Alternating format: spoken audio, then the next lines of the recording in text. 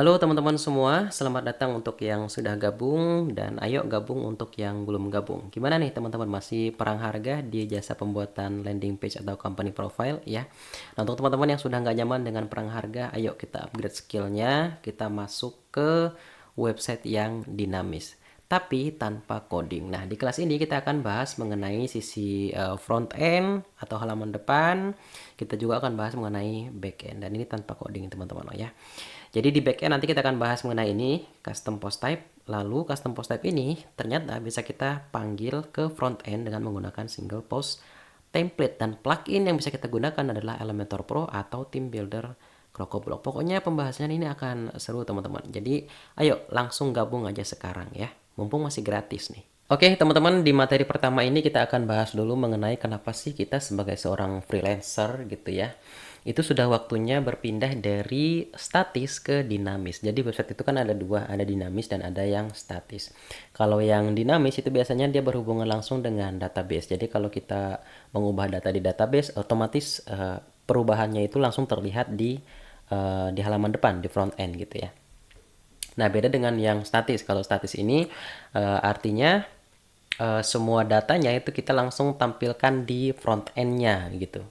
Jadi dia biasanya tidak berhubungan langsung dengan database. Contohnya tuh landing page ya dan company profile. Jadi untuk landing page misalkan kalau kita mau ubah nama produk atau harga gitu ya, itu bisa kita lakukan dengan cara membuka landing page-nya lalu kita klik edit with Elementor biasanya. Baru kita bisa melakukan perubahan. Jadi seperti itu ya. Nah, beda kalau yang dinamis. Kalau dinamis kita mau ubah harga sebuah produk, kita tinggal ubah aja di back end-nya atau di dashboard WordPress-nya gitu. Otomatis perubahannya langsung bisa terlihat di halaman depan. Gitu ya. Nah, kenapa sih alasan yang logis gitu ya untuk kita nih sebagai seorang freelancer untuk pindah dari sisi sini ke sisi sini gitu ya. Nah, seperti yang kita tahu ya teman-teman, saat ini tuh kita sedang digempur dengan AI gitu ya. Jadi landing page ini bisa dibuat dengan AI dalam hitungan detik, bahkan udah langsung jadi gitu. Udah langsung bisa dipakai. Selain itu, ada juga sebuah service semacam Scalep gitu. Jadi business owner yang mau bikin landing page bisa pakai Scalep gitu. Lebih ngebut daripada landing page yang dibikin dengan Elementor gitu ya. Apalagi kalau kita tinggal pinter-pinter untuk setting speednya di Elementor gitu. Gitu ya. Nah, selain digempur dengan AI, digempur dengan service semacam Scalep, banyak juga orang-orang yang baru belajar WordPress gitu. Dia masuknya ke sini, ke landing page, ke company profile. Jadi selain bersaing dengan ini gitu ya, dengan dua ini, kita juga bersaing dengan orang-orang yang baru masuk ke dunia freelancer dan dia milih ini, dua ini gitu ya. Oke, jadi untuk saat ini tuh ini pastinya banting-bantingan harga sih. Teman-teman pasti tahu ini banting-bantingan harga di sini. Kalau dulu mungkin ya bolehlah harganya masih masih masuk akal gitu. Kalau sekarang ada iklan terbaru tuh kemarin saya lihat dia 250.000 rupiah landing page ya. Udah dapat domain dan hosting tuh, bayangin 250.000 rupiah loh. 1 tahun lagi tuh domain dan hostingnya. Bayangin ya.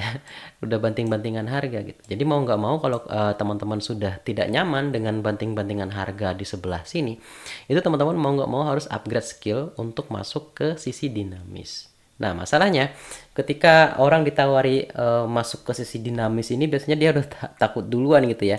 Berarti saya harus ngerti coding dong, berarti saya harus belajar PHP, JavaScript, HTML dan sebagainya gitu ya. Padahal tidak selalu teman-teman, karena sekarang itu sudah ada ini Elementor Pro, ada ACF, dan yang terbaru tuh ada CrocoBlock ya. Nanti saya jelaskan nih CrocoBlock itu apa. Kalau Elementor Pro mungkin teman-teman udah pada tahu ya Elementor Pro, cuman mungkin sedikit yang memahami kenapa sih kita harus pakai Elementor Pro gitu ya. Karena banyak yang saya lihat di sosial media itu pakai Elementor Pro cuman pengen dapat widget yang versi Pro-nya aja gitu. Padahal Elementor Pro itu nggak seculun itu gitu. Elementor Pro itu bisa kita gunakan untuk membuat website yang dinamis gitu ya. Oke, jadi kita kembali lagi ketika kita pindah dari sisi statis ke sisi dinamis itu potensinya masih masih masih besar ya teman-teman, karena di bagian sini biasanya orang-orang enggan untuk masuk ke sini gitu, jadi mereka nyaman di sini gitu ya. Kalau ada yang lebih murah harganya, mereka turunin lagi harganya. Jadi banting-bantingan harga di sini. Biasanya kalau diajak masuk ke sini tuh udah takut duluan gitu ya. Dan ini masih potensial banget teman-teman. Kenapa? Kalau teman-teman bisa bikin website yang custom, yang dinamis gitu. Eh, ini kan jadi apa namanya, pilihan pembuatan websitenya jadi banyak gitu. Contohnya bisa bikin website sistem antrian online untuk puskesmas misalnya, lalu website pengelolaan database warga untuk di kantor desa misalnya, itu bisa dengan bantuan plugin juga, karena kan kita berangkat dari nggak bisa coding gitu ya. Oke, jadi ketika kita masuk ke sisi dinamis itu ada dua pilihannya biasanya teman-teman, ada dua pilihan. Teman-teman bisa menjadi seorang plugin developer atau bisa menjadi seorang tim developer gitu ya. Nah, sayang ya untuk plugin developer dan tim developer itu teman-teman harus bisa coding memang gitu ya. Tapi itu dulu. Karena sekarang kita sudah ada plugin nih teman-teman. Salah satunya adalah ACF. ACF ini apa? ACF ini sebuah plugin yang dia tuh khusus untuk menambah fitur-fitur yang ada di WordPress gitu ya. Misalnya kalau kita mau bikin custom post type itu bisa pakai ACF. Custom post type itu apa? Custom WordPress itu kan punya post type defaultnya ya. Tempat kita untuk membuat sebuah artikel itu namanya post type. Nah, tapi kalau kita butuh post type baru, kita bisa bikin custom post type namanya gitu ya. Nanti akan lebih seru kalau kita sudah praktek ya teman-teman. Ini kita bahas dulu gambaran besarnya. Nah, lalu untuk Elementor Pro ini dia fungsinya untuk menampilkan data dari backend di ke front end gitu secara real time. Jadi dinamis dia. Kalau misalkan kita ubah nama lengkap nih di backend menggunakan ACF gitu ya. Nah, nanti ketika di refresh itu namanya nama lengkap yang kita ubah itu muncul di halaman depan menggunakan Elementor Pro. Namanya Dynamic Text ya. Mungkin teman-teman saat ini masih pada belum nyambung ya, Dynamic Text lalu apa custom post type gitu. Mungkin belum pada nyambung gitu ya. Tapi nggak apa-apa, diikuti aja dulu ya. Nanti akan paham dengan sendirinya. Lalu yang lebih gila lagi itu ada sebuah plugin namanya CrocoBlock teman-teman. Nah ini tuh bisa menggantikan dua plugin ini. Jadi kalau udah pakai CrocoBlock teman-teman nggak perlu lagi pakai Elementor Pro, nggak perlu lagi pakai ACF karena dia lebih lengkap di sini. Ya, kalau teman-teman ingin membuat sebuah data penduduk misalnya dalam bentuk tabel itu bisa dengan menggunakan CrocoBlock. Lalu teman-teman pengen di atas tabelnya itu misalnya ada pencarian berdasarkan nick gitu, itu bisa. Lalu pengen ada apa namanya, dikelompokkan gitu ya, dikelompokkan berdasarkan gender gitu, menggunakan Slack field gitu, itu bisa menggunakan CrocoBlock. Atau teman-teman mau ada fitur ekspornya, ekspor ke Excelnya, itu bisa menggunakan CrocoBlock dan itu nggak perlu coding teman-teman. Ya, tapi di kita di Indonesia khususnya ya di YouTube Indonesia ini masih jarang nih yang bahas CrocoBlock gitu. Nah, yang bahas Elementor Pro juga jarang sih sebetulnya karena saya lihat di YouTube itu banyaknya bahas ini yang statis gitu. Kalau yang statis ini viewsnya gede-gede saya lihat sih di YouTube konten-kontennya itu. Dan bayangin teman-teman, yang ribuannya yang viewsnya ribuan itu kan bisa saja ada business owner yang di situ belajar gitu, bisa aja ada yang orang baru baru lulus SMP mungkin baru lulus SMK gitu, dia lagi belajar juga di situ dan kita bersaing dengan mereka ini gitu. Jadi makanya pindah aja ke sini ke dinamis gitu ya. Oke, jadi itu teman-teman. Jadi kesimpulannya, kalau teman-teman mau pindah ke sisi dinamis untuk saat ini, itu nggak perlu ngoding. Kenapa? Karena ada CrocoBlock. Dan di kelas ini, di website ini tuh kita fokusnya bahas CrocoBlock nantinya ya. Ini akan menarik teman-teman. Oke, itu saja. Semoga bisa dipahami ya. Maaf agak belepotan jelasinnya. Oke, kita ketemu lagi di materi yang kedua.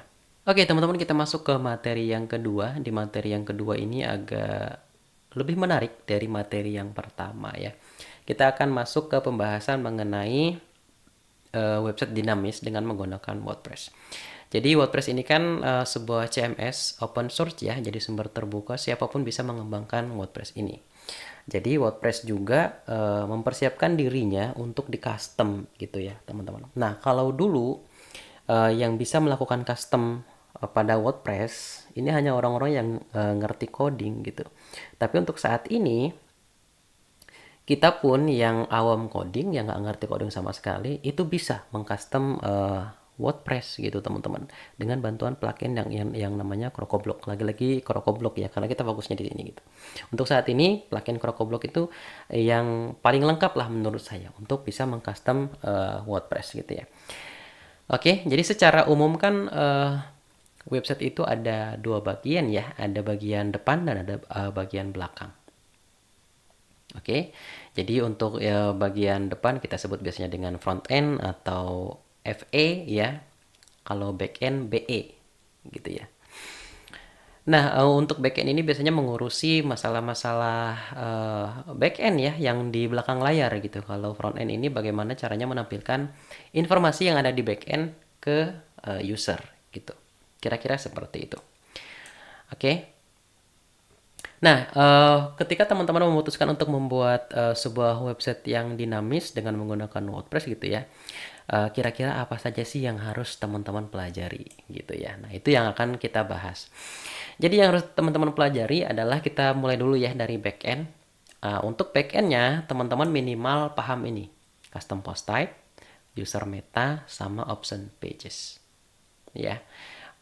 Sebetulnya di sini ada banyak, tapi nanti kita bahas sambil praktek gitu ya. Oke, jadi custom post type seperti yang saya jelaskan tadi, kalau di website kita pengen ada artikel, lalu kita pengen menampilkan sebuah sebuah data produk gitu ya, tapi kita pengen terpisah nih dari artikel gitu. Ya, jadi ada wadahnya sendiri gitu ya. Nah, itu bisa kita menggunakan custom post type. Jadi custom post type ini ibaratnya sebuah wadah, tapi wadahnya itu kita custom gitu teman-teman. Jadi WordPress kan sudah punya wadahnya namanya post type. Nah, kalau kita pengen bikin wadah baru untuk menyimpan data custom kita, itu bisa menggunakan custom post type. Kira-kira seperti itu. Nah, di post type ini ada yang namanya post meta. Nah, post meta ini adalah sebuah informasi tambahan yang kita inputkan ke dalam custom post type. Ya. Kalau di post type defaultnya WordPress kan cuma ada judul sama konten ya untuk kita menuliskan artikel. Nah, dengan adanya custom post type kita bisa menambahkan field lain teman-teman, seperti misalkan harga sebuah produk, deskripsi sebuah produk gitu ya. Nah, itu bisa dengan menggunakan custom post type. Lalu selain post meta ada juga namanya custom taxonomy. Jadi lagi-lagi WordPress itu membolehkan kita membuat custom taxonomy. Nah, custom taxonomy ini apa? Jadi WordPress itu kan secara default dia punya taksonominya, taksonomi sendiri gitu ya. Taksonomi bawaan namanya kategori atau categorize ya. Jadi kalau kita ingin mengkategorikan sebuah artikel itu biasanya bisa menggunakan kategori ini gitu ya. Nah, kalau kita tidak merasa cukup dengan kategori defaultnya WordPress, artinya kita intinya butuh sebuah kategori baru untuk mengelompokkan sebuah data gitu ya. Itu kita bisa menggunakan custom taxonomy. Contohnya kalau kita punya CPT dengan nama produk, ini biasanya disebut CPT nih teman-teman, disingkat dengan CPT. Jadi kalau kita punya sebuah CPT dengan nama produk, kita bisa mengelompokkan produk itu berdasarkan merek misalkan, berdasarkan asal distributornya, itu bisa dengan menggunakan custom taxonomy ya. Untuk saat ini mungkin teman-teman belum nyambung ya, apalagi yang baru kenal dengan ini gitu ya. Nggak apa-apa, disimak aja dulu, nanti sambil praktek ya kita bisa pahami.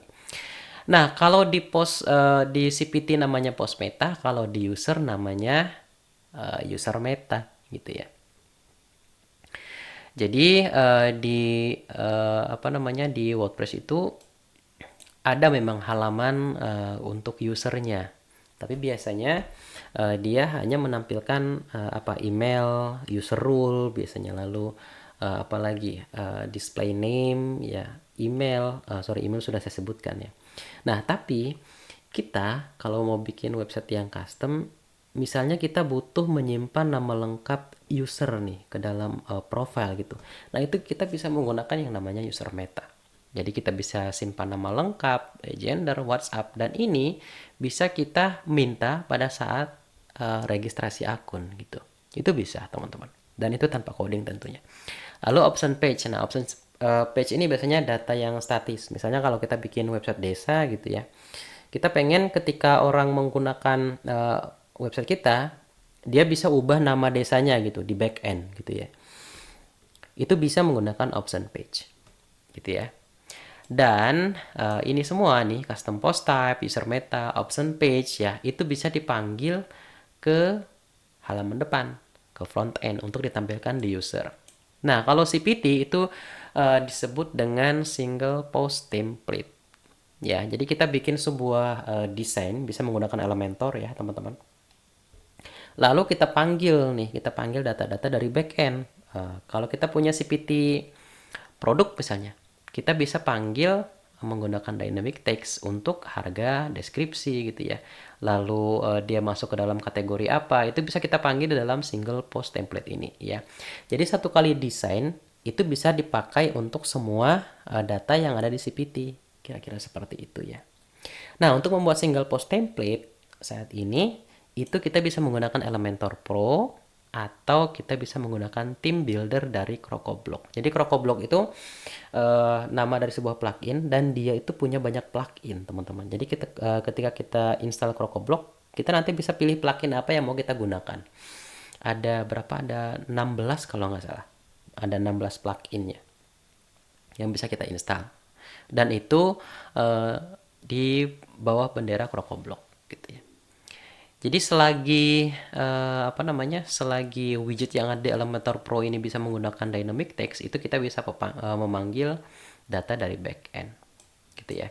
Nah, kalau user meta itu bisa kita tampilkan di halaman profile. Jadi kita bisa bikin halaman baru menggunakan Elementor, lalu kita beri nama profile misalnya, lalu kita panggil ini nama lengkap, gender, WhatsApp. Nanti ketika user login dia bisa melihat nama lengkapnya, gendernya dia, sama WhatsAppnya dia. Kira-kira seperti itu, teman-teman. Dan ini semua ya itu bisa dilakukan oleh CrocoBlock. Nah, selain itu CrocoBlock juga ini teman-teman punya fitur-fitur lain ya. Sebetulnya ini masih banyak fiturnya. Bukan cuman ini ya. Cuman ini biasanya yang sering digunakan. Jadi kalau misalkan kita mau bikin website yang ada member areanya gitu ya. Tapi kita pengennya custom nih member areanya. Itu kita bisa menggunakan fitur profile builder. Nah, profile builder itu untuk bikin ini, dashboard custom. Dan ini bisa didesain dengan menggunakan Elementor. Oke, jadi Elementor itu kan ada dua, ada yang free dan ada yang pro. Ya, tapi kalau teman-teman sudah pakai CrocoBlock, nggak perlu lagi Elementor Pro. Teman-teman cukup pakai yang free untuk page buildernya gitu ya. Lalu selain profile builder tadi ya, teman-teman bisa juga bikin form login register yang custom dengan menggunakan CrocoBlock ini ya, teman-teman. Misalnya teman-teman pengen loginnya itu berdasarkan nick gitu, itu bisa dengan CrocoBlock ya. Kalau teman-teman pengen misalkan ketika user registrasi dia harus inputkan ini nih, nama lengkap, gender, WhatsApp, itu bisa. Gitu ya. Nah, selain itu, CrocoBlock juga menyediakan fitur namanya query database. Jadi kalau kita punya database custom nih di database WordPress kita. Misalnya kalau kita mau menampilkan mau menampilkan data warga berdasarkan nama kampungnya gitu ya, atau nomor RT-nya. Itu kita bisa melakukan query. Gitu ya, dan itu bisa kita tampilkan dalam bentuk tabel yang namanya dynamic tables gitu. Ya, intinya dengan CrocoBlock kita bisa melakukan CRUD, teman-teman. Create, read, update, delete gitu ya. Nah, ini bahasa-bahasa pemrograman nih, bahasa-bahasa bahasa-bahasa anak-anak coding gitu ya. Oke, teman-teman. Nah, dengan memahami ini gitu ya, teman-teman nantinya itu bisa bikin plugin sendiri, bisa bikin tema sendiri, bahkan bisa bikin child theme. Nah, child theme ini apa? Child theme itu seperti namanya ya, child, anak-anak tema. Jadi kalau kita misalkan menginstal tema namanya generate press, nah kita bisa bikin tema anak namanya child generate press gitu.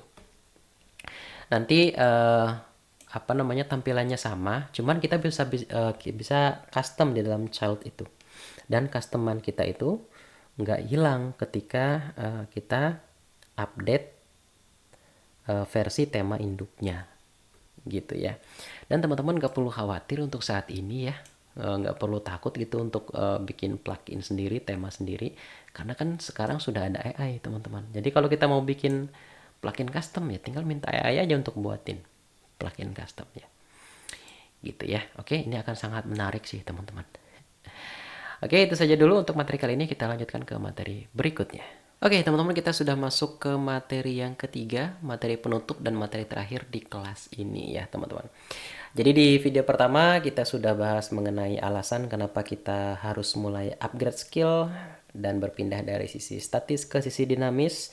Di video yang kedua kita sudah bahas mengenai apa saja sih yang harus kita pahami ketika kita ingin pindah dari sisi statis ke sisi dinamis gitu ya. Nah, kedepannya saya sarankan ketika teman-teman misalkan mengikuti sebuah kelas di website ini, di Krakow Skills ya. Misalnya di sana kita lagi bahas mengenai custom post type gitu ya. Nah, teman-teman bisa buka roadmap yang ini. Ya, jadi teman-teman bisa lihat custom post type itu atau CPT itu adanya di sisi mana sih? Sisi backend atau sisi front end ya. Nah, teman-teman bisa lihat lagi di sini gitu ya. Jadi nanti teman-teman ketika belajar tuh sudah punya kerangkanya gitu. Jadi kalau misalkan menemui materi mengenai option page, nah teman-teman bisa cek lagi option page itu di sebelah mana ya, front end atau back end gitu. Gitu ya teman-teman. Jadi itu saja sih yang mau saya sampaikan di sini. Jadi supaya teman-teman nanti belajarnya itu terarah gitu. Kalau lagi bahas option page ya teman-teman tahu oh ini back end. Lalu kalau lagi bahas mengenai dynamic tables, oh ini kayaknya front end gitu. Jadi teman-teman nanti punya gambaran besarnya gitu. Oke, itu saja teman-teman. Nanti kedepannya kita akan praktek nih bikin custom post type, user meta, single post template dan lain sebagainya ya. Akan lebih seru. Tapi teman-teman saya sarankan untuk buka lagi ini untuk tahu kerangkanya gitu ya. Kita lagi ada di sisi mana nih pembahasannya gitu. Oke, itu saja teman-teman. Semangat belajarnya. Sampai ketemu di materi praktek.